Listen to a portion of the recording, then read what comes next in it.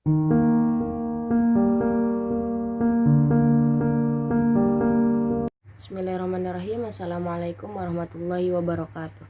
Perkenalkan, nama saya Fadila Nur Akmalia dengan NIM 1908102022 dari kelas PBA 3A akan sedikit memaparkan mengenai sejarah penulisan huruf. Pertama, huruf berasal dari bahasa Arab yaitu harf atau artinya huruf. Huruf di dalam bahasa Arab disebut juga dengan huruf hijaiyah. Kata hijaiyah tersebut berasal dari bahasa Arab yang artinya mengeja, menghitung huruf, dan membaca huruf demi huruf. Huruf hijaiyah disebut juga alfabet Arab yang berasal dari bahasa Arab, seperti alif, ba, ta. Huruf-huruf hijaiyah yang kita gunakan sekarang telah mengalami beberapa fase dalam penyempurnaan sehingga menjadi bahasa resmi bahasa Arab yang kita gunakan sampai saat ini. Yang pertama yaitu fase Aswari Azati. Bentuk komunikasi verbal adalah gambar yang dapat mendeskripsikan kejadian atau peristiwa tersebut. Contohnya seperti gunung meletus, diterkam binatang buas, dan sebagainya. Yang kedua yaitu fase Aswari Aramzi. Pada fase ini pendeskripsian lebih kepada atau cenderung kepada keadaan dan perasaan setiap orang yang mengalami kejadian-kejadian tertentu. Contohnya seperti merpati melambangkan rasa cinta, ular yang melambangkan rasa benci, dan sebagainya. Fase yang ketiga yaitu fase al-maqta'i.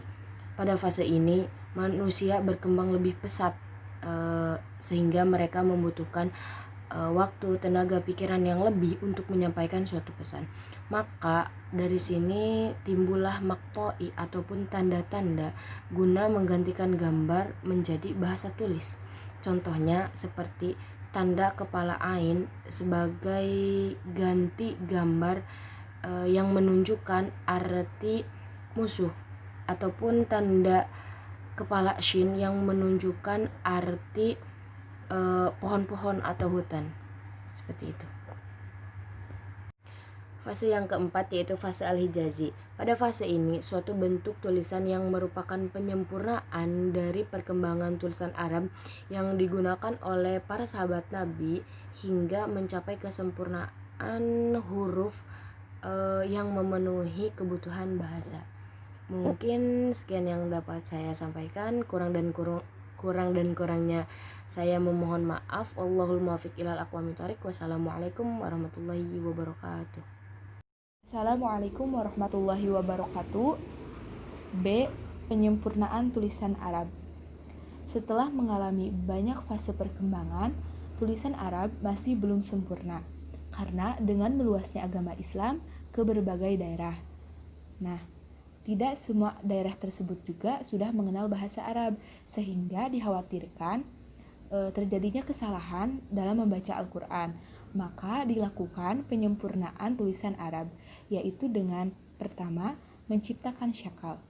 Abu Aswad Ad-Duwali adalah seorang ahli bahasa Arab yang menciptakan syakal berbentuk titik-titik sehingga dapat mempermudah dalam membaca Al-Quran dengan baik dan benar.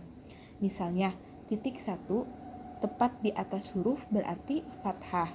Kemudian yang kedua, membedakan huruf yang sama bentuk dengan garis.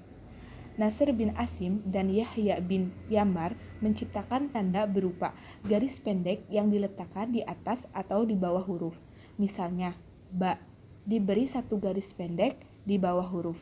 Kemudian yang ketiga, membalik tanda-tanda.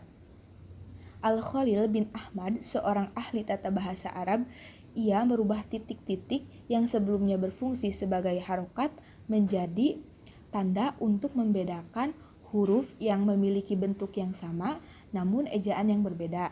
Nah, untuk tanda bacanya, Al-Khalil mengambil dari huruf-huruf vokal seperti alif sebagai sumber bunyi A. Nah, kemudian yang keempat atau yang terakhir, tanda khusus pada saat huruf itu diucapkan. Nah, ini juga terbagi menjadi 4. Yang pertama, tanda pengganti hamzah. Abu Aswad Ad-Duali sebagai pencipta harokat tidak menunjukkan hamzah. Terciptalah tanda baru yang menunjukkan adanya hamzah di tengah ataupun di akhir kalimat. Hal ini berkaitan dengan perbedaan dalam membaca dan memaknai hamzah. Sehingga pada tahun berikutnya, hamzah dapat ditandai dengan ro'sul ain atau kepala ain. Nah, kemudian yang kedua, tanda sukun. Di sini juga terdapat perbedaan antara penduduk Andalusia dan penduduk Madinah. Penduduk Andalusia menggunakan tanda yang diambil dari huruf kho, sedangkan penduduk Madinah menggunakan tanda bulatan kecil yang diambil dari kepala mim. Kemudian yang ketiga, tanda tasydid. Tanda tasydid ini diambil dari kepala shin, dan tanda ini khusus untuk huruf yang bersuara ganda. Nah, kemudian yang terakhir adalah tanda tanwin.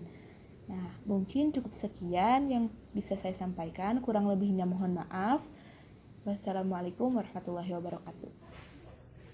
Baik, setelah tadi mendengarkan penjelasan mengenai sejarah penulisan bahasa Arab, sekarang di sini saya akan sedikit menjelaskan mengenai macam-macam dari penulisan bahasa Arab itu sendiri, di mana kita sering disebut dengan sebutan khot. Di sini terdapat 7 macam jenis khot. Yang pertama ada khot naski, yang kedua ada khot sulus, yang ketiga ada khot diwani, yang keempat ada khot diwani jali, yang kelima ada khot kufi, yang keenam ada khot rik'ah, dan yang ketujuh ada khot farisi. Yang pertama ada khot naski. Khot naski merupakan salah satu jenis khot yang paling mudah dibaca dan biasanya sering kita jumpai pada penulisan Al-Quran dan lain-lain, dan masih banyak lagi. Selanjutnya yaitu adalah khot rik'ah. Khot rik'ah adalah salah satu jenis khot karya masyarakat Turki Utsmani. Ciri khot ini terdapat pada hurufnya yang pendek, dan biasanya khot ini lebih cepat penulisannya dibandingkan dengan khot naskhi. Kemudian ada khot sulus. Khot sulus merupakan salah satu jenis khot yang populer, meskipun jarang dipakai untuk penulisan Al-Quran, namun sering kita dapati atau jumpai dalam penulisan judul atau nama surat atau juga kepala surat. Selanjutnya yaitu ada khot kufi. Khot kufi merupakan salah satu jenis kaligrafi Arab tua. Kenapa dinamakan khot kufi? Karena khot ini berasal dari Kufah yang kemudian menyebar ke seluruh jazirah Arab. Selanjutnya yaitu ada khot farisi. Kenapa disebut khot farisi? Karena khot ini pertama kali dikembangkan oleh orang-orang Persia, dan jenis khot ini juga sering disukai oleh masyarakat Arab dan merupakan gaya tulisan kaligrafi asli bagi orang Persia, Turki, dan India.